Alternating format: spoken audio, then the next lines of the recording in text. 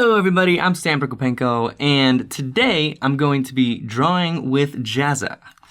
Yep, we're gonna be doing a tag team on a fun Halloween drawing. I'm gonna be starting it off. I'm gonna do Frankenstein and his bride, and then he's gonna take over and do a tutorial on top of that, and he's gonna finish off the illustration. So if you wanna see his part of the drawing, go to his channel. I have a link down below in the description. If you don't know who Jazza is, for some weird reason, this guy is prolific. He does animation, illustration, voice acting, vlogging. He has a TV show. He just came out with a book, and he has a family. I gotta say, it's pretty surreal being here filming a pilot TV show. I mean, seriously, this guy is an awesome artist, someone I really, really respect, and I'm really excited to be collaborating with him on this drawing. And again, if you haven't seen Jazza stuff before, go to his YouTube channel, subscribe. You're gonna learn a lot from him. You're gonna have a lot of fun. He's got a very casual, very likable personality, and he's got a lot of tutorials. Anything you wanna learn about drawing, he's probably got a tutorial on it. So if you're one of Jazza's fans and you're coming here from his video, welcome to Proko. Here at Proko, we do fundamental training to develop your drawing skills. So you can find my course on portrait, figure, and anatomy. All right, that's enough. Let's start drawing. Okay, so I'm gonna begin with some concept sketches. I'm gonna do it in this brown sketchbook. I like the brown paper. It's a little less intimidating than bright white paper. It's got like these little fibers in it and stuff. So I know that Jazza is gonna be doing a clothing tutorial. He's gonna show you guys how to do folds and stuff. So I have to figure out in what situation would Bride of Frankenstein and the monster be naked? Other than the obvious situation, I'm thinking maybe the monster could be drawing Bride and, well, she's modeling, so she's naked. But then why would he be naked?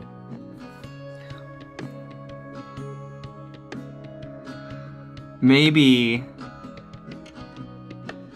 Frankenstein's monster is trying to make Bride of Frankenstein more comfortable by being naked with her. No. Whatever, we're halfway there. Let's just stick with that. Good enough. Good enough story. I think let's just start concepting some ideas. Okay, so for this first little thumbnail I'm doing, I'm thinking she's on the couch. I'm thinking Titanic here, right? She's just lying down. He's Jack. He's drawing her. We're kind of seeing it from his point of view, kind of over the shoulder shot. And then maybe we could even see what he's drawing. It could be like a really bad drawing of her or something. So, okay, I like the idea of what's happening, but I'm not really sure about the camera angle, and the poses are kind of stiff. I don't know, it's a little boring to me. So this time, I'm giving her a more dynamic pose. Maybe she's dancing. She's kind of leaping across the room or something. And then the monster will be in the background.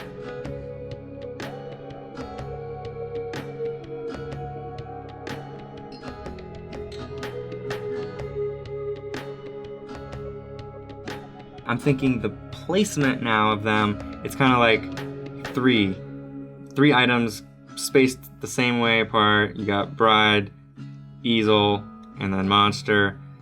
It's boring, you just got 1, 2, 3. So now that I think I figured out the poses and the camera angle, I'm gonna do a third concept, and this time I'm actually gonna consider the overall composition, and I'm gonna consider the lighting as well, because the value composition makes a big difference. The light, and I'm considering the clothing, because I know that Jazza is gonna be putting clothing on top of it.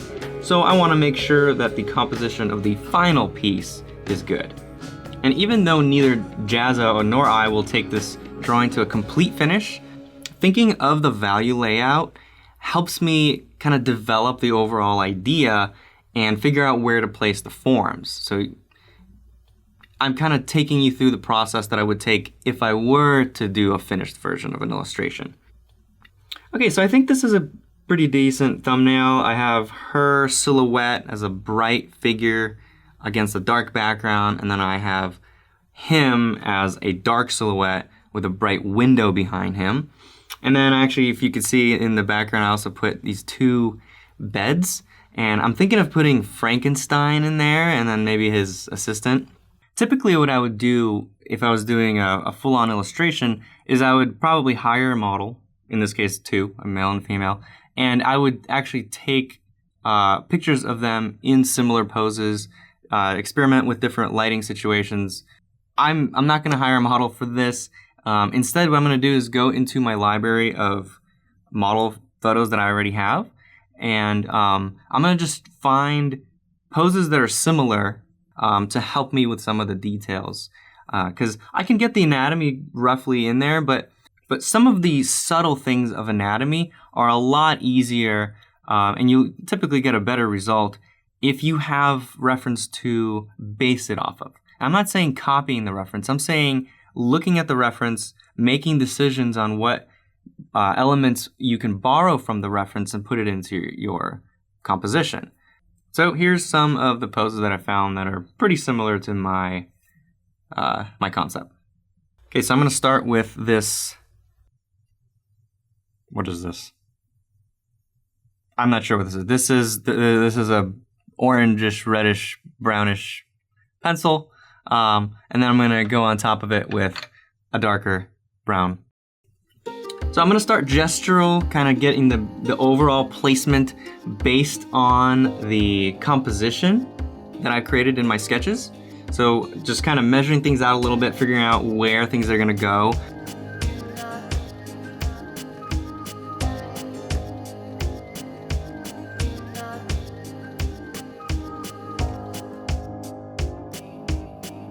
So I'm starting to figure out the perspective of the easel now.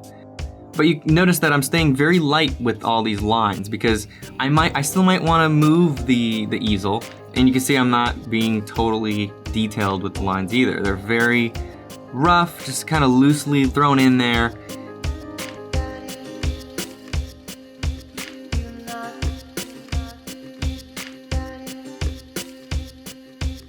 So I'm starting with a basic gestural silhouette of his torso. You can see it's pretty much just 2 C-curves. And then kind of thinking of a little bit of a box for the pelvis, robo bean, if you guys have seen that lesson. And then just kind of extending the limbs out from that. The arms, simple cylinders, simple C-curves. Same thing with the far leg. And then with the leg coming at us, I think the knee, designing that into an interesting shape is very important here. It's foreshortened and it's kind of hard to miss.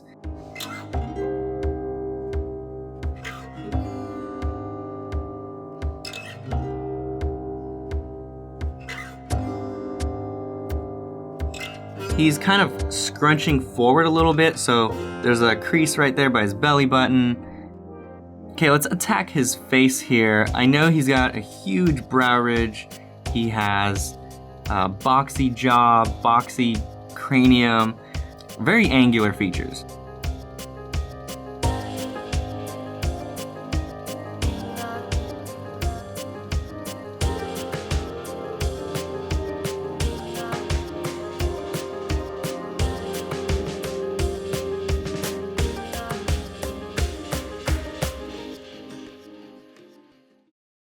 And now let's move on to the bride. Okay, I want to get that real dynamic curve in the spine, pinching on the left, stretching on the right. Her rib cage is gonna pop out a little bit in the corner of the rib cage at the bottom. Figuring out the perspective of the box, kind of the gesture of the leg. I want that back leg to kind of be coming forward as she's swinging around. With her breasts, thinking of that water balloon, not air balloon, water balloon forms. Since her rib cage is kind of tilting back, the breasts are going to wrap around the round form of the rib cage, and it's going to make the pose feel a little more dynamic if I capture that.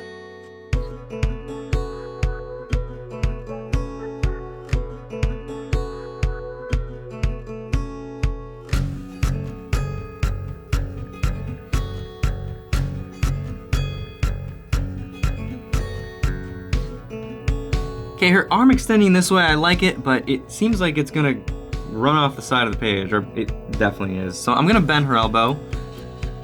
Actually, kind of makes the pose a little bit better with the elbow bent.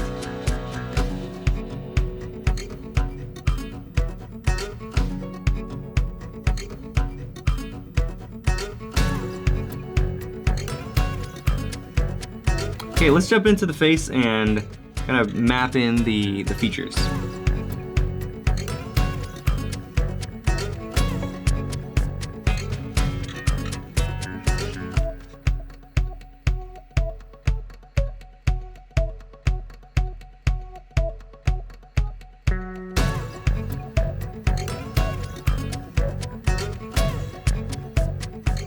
She's got this streak of white hair coming from just above her ear. So I want to figure out that the gesture of the wave there.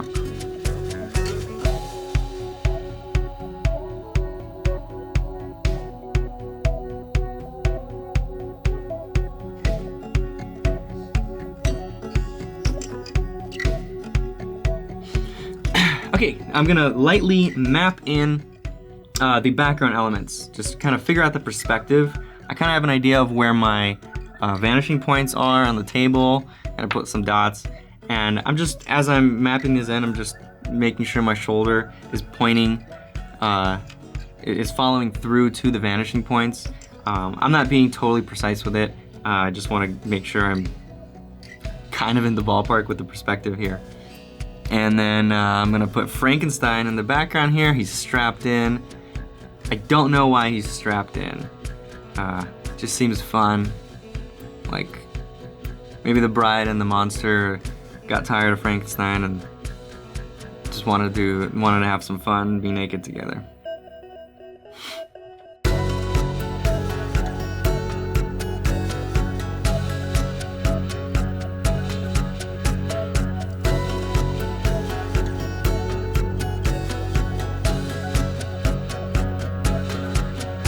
Okay, putting this thing away, I'm gonna get the dark pencil now.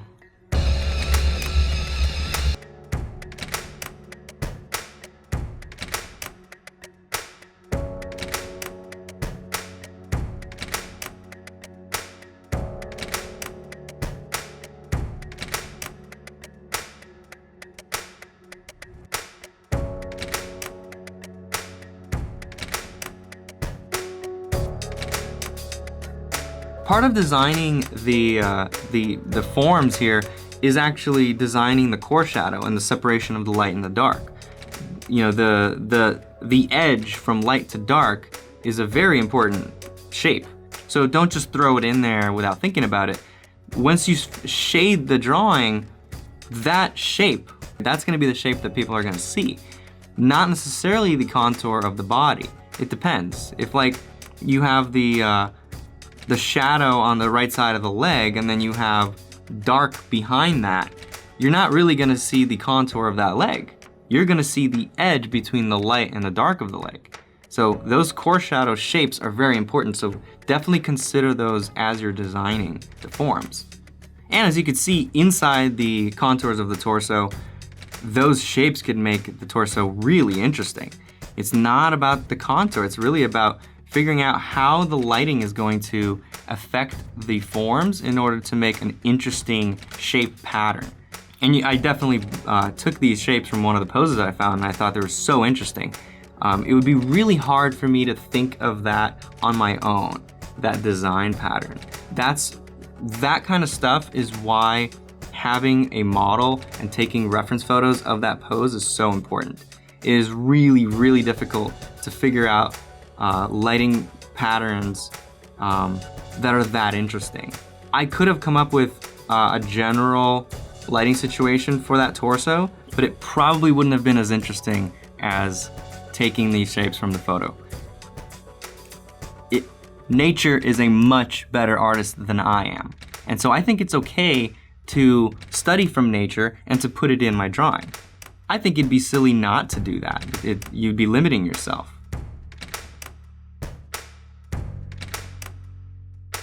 Getting in that hand, I'm gonna just shade in the fingers dark, the thumb light.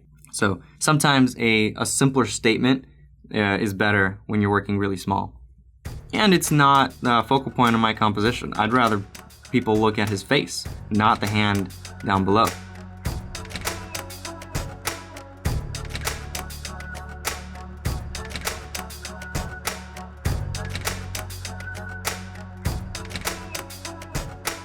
Now let's work on Bride of Frankenstein, the focal point of the whole thing. I'm gonna start with her face, work my way down.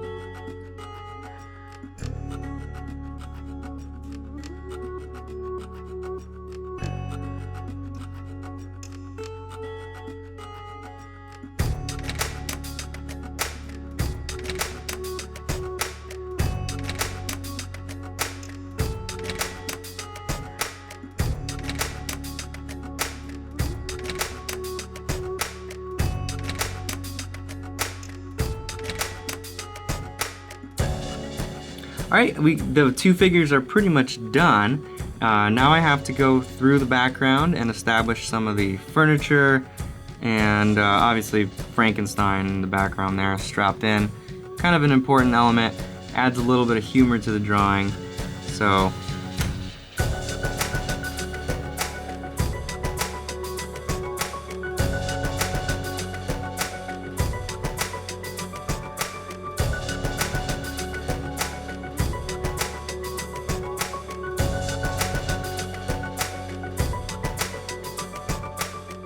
all right, one last thing I'm gonna do is I'm gonna go through it again and I'm going to kind of darken some of the outlines of Bride and Monster.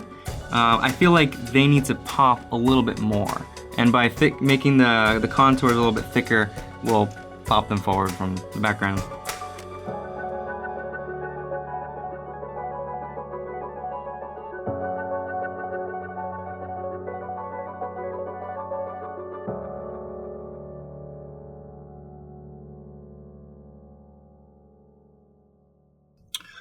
All right, that's it. So this is where I tag team with Jazza, send this off to him, and he's gonna do a clothing tutorial on top of this so that it's not as awkward. You'll learn about drapery and folds and how to approach drawing clothing in general. So go check out that video. And if you enjoyed this video, share it with your friends, subscribe to the channel, and you can also subscribe to the newsletter at proko.com/subscribe. All right, thank you guys. I'll see you next time.